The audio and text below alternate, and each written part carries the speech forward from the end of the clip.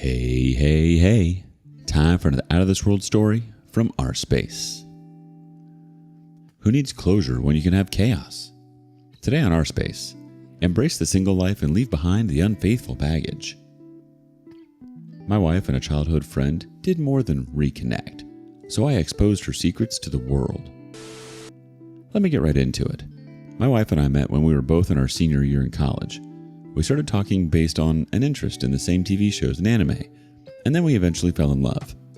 To be honest, it felt so right at the time, and I didn't have too many moments where I ever doubted our relationship. There were quite a few stupid fights early on, especially regarding guys she was hanging out with, but I was always reassured. Looking back, I was probably gaslighted, or is it gaslit? But things always ended up resolved. Probably not the only red flag I ignored. Anyway, we dated for 4 years, tied the knot, and have been married for 3 years on top of that, so we're heading into our 30s. Anyway, since we met in college, we lived our childhoods very far apart. I grew up in the United States, but I found out that before she lived here, her family lived in Ecuador, at least until she was about 12. Once she got here, she grew up in Washington. She would occasionally tell me about her childhood in Ecuador, and for someone like me who has never left the country, one day soon, these stories were pretty interesting. It was through these stories that I learned about a really close childhood friend of hers called Daniel. From the sound of things, he had one of those innocent juvenile crushes on her, though she claims she couldn't remember whether she felt the same way about him back then. She leaned towards there being very little emotion of that sort. She and Daniel hadn't been in contact much, though he had sent her a friend request on Facebook 2 or 3 years ago. They did a bit of catching up following the friend request, but soon after, it was nothing more than occasionally reacting to each other's posts on the platform. As far as I know, at least. Now, the mess really started when she got a message from Daniel saying that he'd be moving to the United States. He had graduated school, had worked a bit in Ecuador, and now he was ready to jump into the US job market. Great for him. The problem was, my wife seemed to be the only person that this guy really knew in the US, and he really wanted them to meet up so they could reconnect, and he could also learn the basics of living in this country that was new to him. To be honest, I didn't really think there was much wrong with this. They last saw each other when they were kids. There was little interaction as adults, none of it in person, and both she and Daniel seemed to be happily married. His wife would be coming along with him after all. So, the time finally came around and Daniel flew over to the United States. He was going to start working in California, but his flight plan was to come straight to Dulles and go by road to Cali. My wife offered to pay for his road trip so it would be less inconvenient for him. In fact, she didn't consult me before she agreed to pay for him, but he chose to make the trip to see her. So I'd have preferred if he took the brunt financially. But at the time, I thought I might have been a jerk, considering this was a guy from South America about to start a new life. So maybe it was a huge help for all the financial weight not to be on him. I drove my wife to meet him at a public park and noticed that there was no one else with Daniel. I knew he traveled with his wife, so I expected to see her there. After the pleasantries, I asked about his wife, and he said she went straight to Cali. I felt a little twinge of unease at that, since I had kind of removed any worry from my mind based on the fact that his wife would be around. But it wasn't improbable that she wouldn't want to spend the entire day in Washington, so I let it go, and since they were likely going to spend the whole day reminiscing in Spanish, and I really didn't want to be a third wheel, I took off. They'd have the day to themselves, she'd show him the sights of Washington, and I'd come pick them up whenever they were ready to call their day to a close. Again, this was a childhood friend that she hadn't seen in years, so as much as I was a bit jealous that she was spending the whole day with another man, I wasn't too worried about any risk. It didn't seem likely that anything could happen between them so suddenly and without arrangement. It was several hours later when I got a message from my wife saying that it'd be fine if I picked her up at any time from then. She sent me the address, and it was the bar we frequented the most.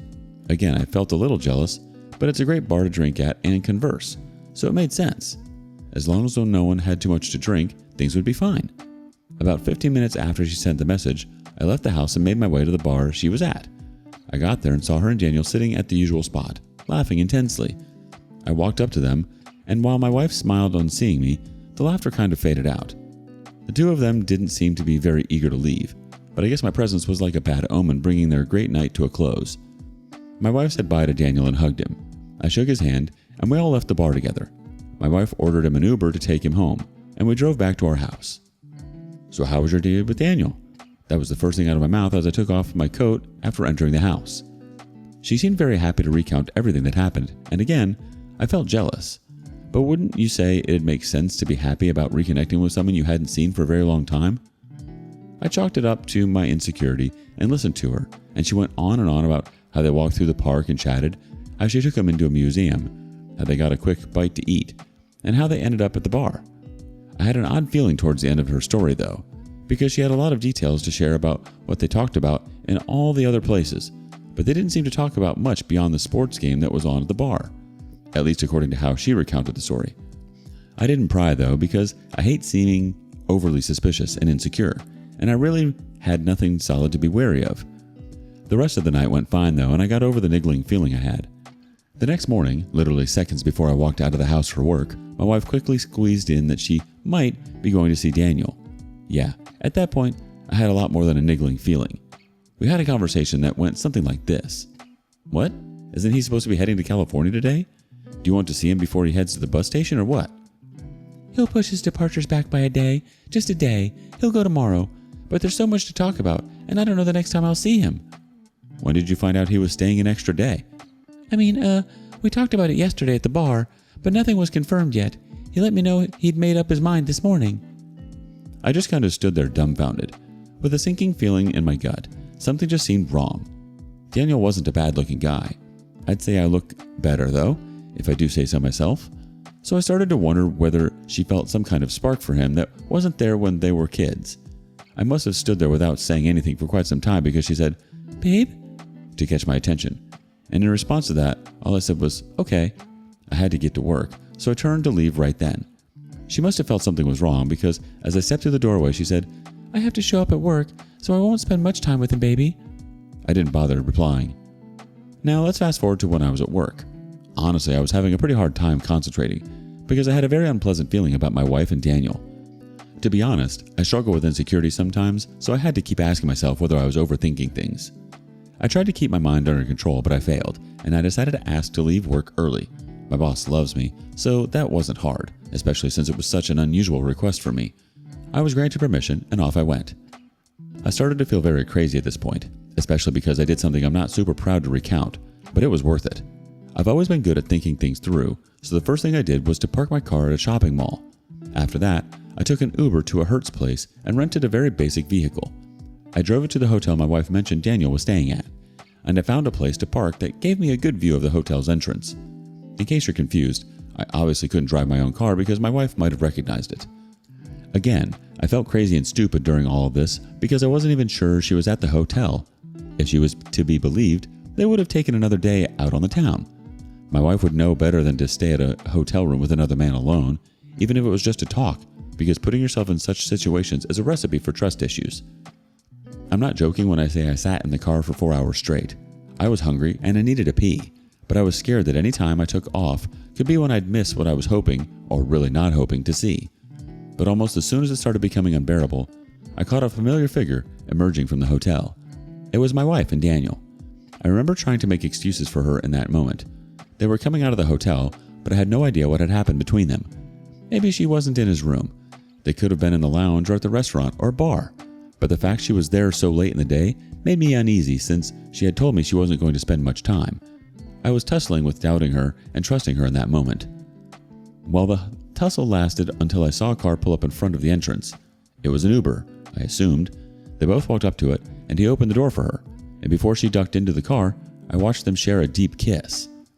I don't know whether time slowed down or exaggerated my perception, but the kiss went on for about 10 seconds. I still can't remember how I was able to regain clarity of thought briefly, but I managed to take a video of the last 3 seconds of the kiss.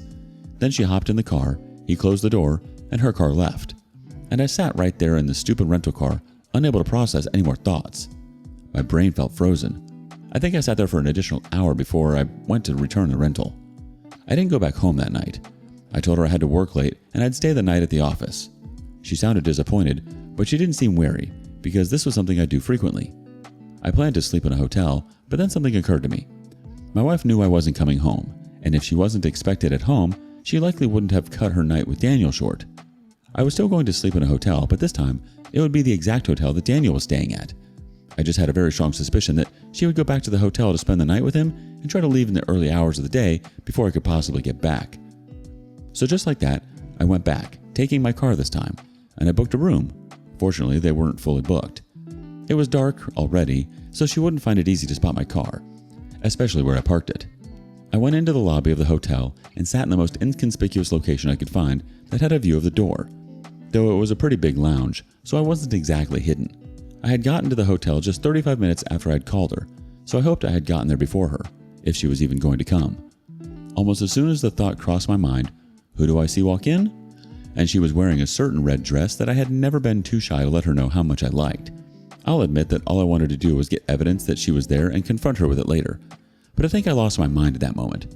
I stood up and rushed over to her before she could ascend the stairs, and I tapped her on the shoulder to get her to turn around. The shock on her face was a sight I could never forget. There were a few seconds of absolute silence between us, and I could see her jaw moving like she wanted to say something, but she really had nothing smart to say. "What are you doing here?" That was what I was able to say through clenched teeth, and she could definitely see I was mad. "You're here to see Daniel, aren't you?" Through a ridiculous amount of stuttering, she managed to let me know that yes, she was there to meet with Daniel, but no, she wasn't going to wait for long in his hotel room. They were going to go out so she could take him to some kind of party or event or something. I asked her why I didn't know anything about this supposed party, but she only said, "It must have slipped my mind. I wasn't planning to go before." I actually remember seeing her hands trembling, but she tried to keep them steady against her body. "But what are you doing here?" "I'll show you," I said, and I brought out my phone and played the very brief clip I had of her and Daniel kissing in front of the hotel. Now, fellas, I've never hit a woman and I never will, but when she said, "You were spying on me?" as her only response to the video, I won't lie, I felt the urge to. And because of that, I only told her, "Don't come home tonight," before I turned to walk out. She tried to grab my arm and say some stupid words to appeal to me, but I was scared of what I could do if she said something really idiotic in her defense, so I left. I went back home, and in the 3 days since then, she hasn't come home. I know she's fine because her sister that lives across town asked me what was wrong. Apparently my wife was too ashamed to admit to anything, but I didn't tell her anything. So now, what I really need is advice. I need to hit her where it hurts because she can't play me like this and get away with it. I'll be reading your comments, everyone. Edit. You've all given me a lot to read over the last 2 days, and I'm very grateful to you all. It's been very tough for me trying to figure out what to do through such heavy emotions. But yeah, I've decided to proceed with a divorce as the first step, like almost all of you recommended. I want to take things a step further with my wife, but I'm not quite sure how yet. I also have some plans for Daniel, but I'll keep that under wraps for now. Hopefully, I'll have an update for you all in some weeks, and hopefully not longer than that. Marriage. The ultimate trust exercise. It's like a game of Monopoly, except instead of passing go and collecting $200, you're dodging infidelity accusations and collecting emotional baggage. And as for Daniel, well, he's just the icing on the cake, isn't he? A blast from the past who decided to turn your marriage into a garbage dump. Who knew innocent juvenile infatuations could resurface like a bad penny? Now, on to the revenge plot. While some might suggest taking the high road, where's the fun in that?